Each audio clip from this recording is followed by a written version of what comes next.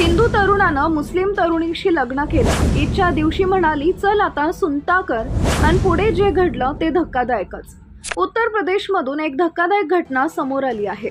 मीरासराय येथील रहिवासी असलेल्या राजकुमार या तरुणाचं लग्न शेखुपूरची रहिवासी असलेली मुस्लिम तरुणी अफरोज हिच्यासोबत झालं होतं।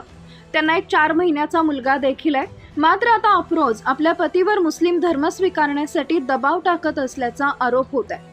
तिचा पती म्हणतो की माझा आणि माझ्या 4 महिन्याच्या मुलाचा खतना करून आम्हाला मुस्लिम बनवण्यासाठी या तरुणीच्या नातेवाईकांकडून दबाव टाकण्यात येत आहे। माझा मुलगा देखील त्यांच्याकडे आहे, पण मला मुस्लिम धर्म स्वीकारायचा नाहीये। माझा मुलगा देखील मुस्लिम धर्म स्वीकारणार नाही असं या तरुणानं म्हटलंय। जेव्हा या सर्व गोष्टीला त्यानं विरोध केला त्यानंतर त्या तरुणीनं राजकुमारला तलाक दिला। मात्र पुन्हा त्यांची मध्यस्थी झाली। 2024 पासून ते दोघे एकत्र राहू लागले।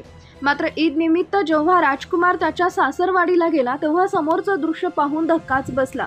राजकुमार याच्यावर तरुणीच्या कुटुंबियांनी मुस्लिम धर्म स्वीकारण्यासाठी दबाव टाकला। त्याला मशिदीमध्ये नेण्यात आलं, जबरदस्तीनं नमाज पठण करण्यात आलं, त्यानंतर त्याला मांस देखील खाऊ घालण्यात आलं।